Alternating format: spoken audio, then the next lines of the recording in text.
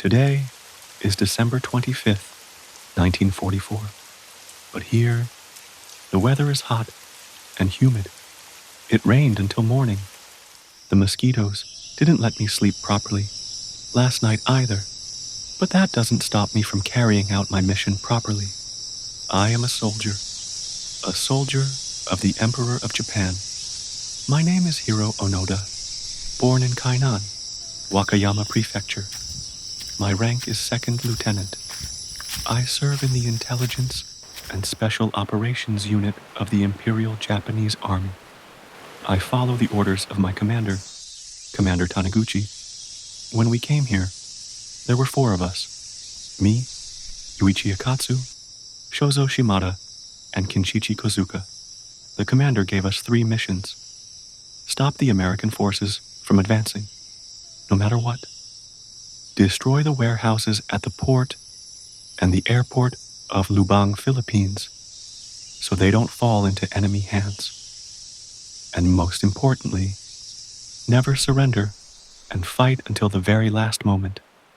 The commander said, "Your mission might last a year, maybe even 3, but whenever it ends, we will come back for you. Until then, you must carry out your mission, no matter what. You will not commit suicide. You will just keep resisting."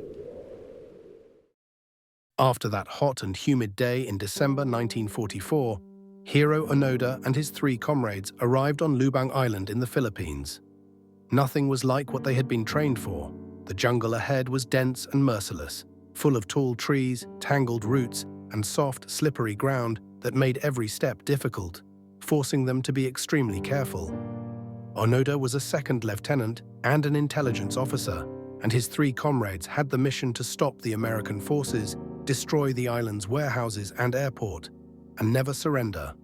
Their commander Taniguchi had told them, "No one is to surrender until I give the order. Do not commit suicide." Months and years passed. Outside the island, other events were happening. World War II ended. In August 1945, atomic bombs were dropped on Hiroshima and Nagasaki, and Japan was forced to surrender. But Onoda didn't believe any of these reports. Every leaflet that fell from the sky or was posted on trees, he thought it was an enemy trap. He still believed the war was ongoing, and the only thing that kept him going was his commander's orders. Life in the jungle was hard and challenging, finding food and water, hiding, scouting paths, and keeping track of the environment. His comrades were killed or left the island one by one until Onoda was alone. He learned how to survive with nature, which plants were edible, which places were safe, and how to navigate the island. The hardships shaped his mind and body, but his loyalty to the mission never wavered. Years passed, decades passed. In post-war Japan, people tried to rebuild their normal lives. The economy and society were recovering, but Onoda had no knowledge of this new world. For him, the war was still ongoing, and Lubang Island in the Philippines was his only possible world. Years later, reports reached Japan that a Japanese soldier was still active on the island. Signs of a soldier's efforts were seen. This news led Norio Suzuki, a retired Japanese army officer, to personally go to the island and find Hiroo Onoda.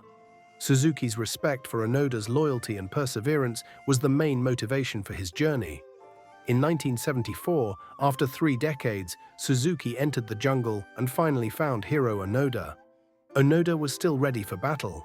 Even when Suzuki respectfully told him the war was over and he could return, Onoda replied, "I will only surrender when my commander Taniguchi orders me to."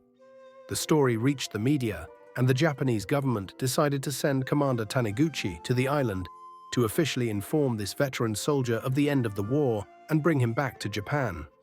Finally, Taniguchi arrived and officially ordered Onoda that the war was over and he could return. Onoda finally laid down his weapon. The Japanese soldier felt a strange mix of relief and amazement. After 30 years, he was finally free.